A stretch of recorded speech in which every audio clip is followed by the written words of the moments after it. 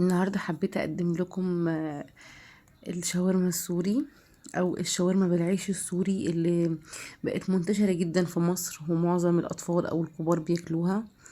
هعملها لكم بطريقة مبسطة جدا ومش مكلفة. خلينا نشوف المقادير ايه معانا.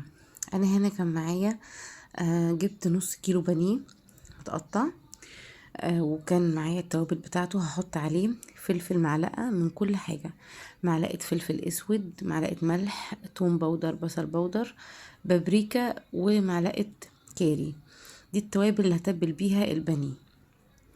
مش تبل بأي حاجة تاني غير التوابل دي، وربع كوباية زيت او يعني اقل من ربع كوباية كمان، حسب بقى الكمية اللي انت عايزة تعمليها. ممكن لو انت عاملة حاجات كتير، يعني عندك عزومة مثلا، لا اعملي طبعا مقدار اكتر من كده. هنقلب البانيه كله في التوابل كويس جدا، وبعد كده هنسيبه في التتبيلة حوالي نص ساعة او ساعة.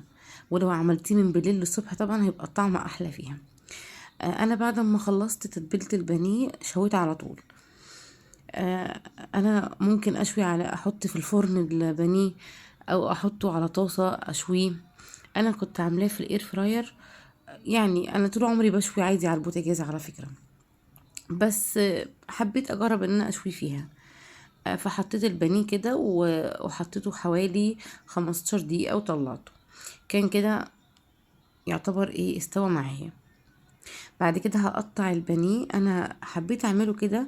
لما بتشوي البانيه وهو قطعة واحدة بيبقى جوسي، ما بيبقاش ناشف زي ما بتعملي الشاورما. وتقطعيها كده لان انا مش بحب احط عليها خضار، بنحب ناكل الفراخ من غير خضار. انا هنا كنت خلصت الكمية كلها وقطعتها زي الشاورما بالظبط. بجد نفس طعم الشاورما، يعني ما اختلفش كتير. بس هنجيب نص كيلو رقاق طري من عند الراجل، مش هنجيب عيش تورتيلا ولا هنجيب عيش مخصوص، لا. هاتي نص كيلو او كيلو حسب الكمية اللي انت هتعمليها. الرقاق الطري بجد يا جماعة تحفة. يعني انا بجد حاسة ان انا كأني عاملاها، يعني كأنك شاريها من بره، بس انت طبعا عاملاها في البيت بإيدك. حطيت زي ما انت شفتي كده. اول حاجه هحط رق مايونيز، حسب بقى الاطعمه اللي انت بتحبيها. في ناس بتحب الكاتشب زي ما انت عايزه. وحطيت الشاورما وحطيت عليها خيار مخلل انا اللي عاملاه في البيت. برضه هبقى انزل لكم الطريقه بتاعته. وبعد كده ممكن تحطي جبنه موتزاريلا، ممكن تحطي جبنه تشيدر، زي ما انت عايزه. انا هنا حطيت جبنه تشيدر عليها وبلفها زي ما انت شايفه كده. ممكن تلفيها مربعات زي ما انت حابه. انا حبيت اعملها زي اللي احنا بنجيبها من بره بالظبط، ما اختلفتش كتير، بس كان الاختلاف الوحيد اللي انت عاملاها بايدك في البيت. بعد كده هنحطها يا اما في الفرن في صينيه، نحط الحاجه كلها جنب بعضها.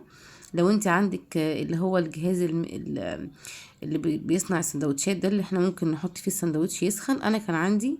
لو انت مش متوفر عندك عادي حطيه في الفرن، وحطي عليه رشة زيت وحطيه هيتحمر يبقى زي الفل. انا حطيته في اللي هو الجهاز اللي بسخن فيه العيش، وحطيته حوالي 10 دقايق. كان خد معايا لون من فوق ومن تحت، وكان كده خلاص جاهز ان انا اكله. يعني بجد كانت طريقته سهله وبسيطه، مش معقده. ممكن تتغدوا بيها او تتعشوا بيها. بجد جربوه وان شاء الله تعجبكم، وبألف هنا وشفا عليكم يا رب.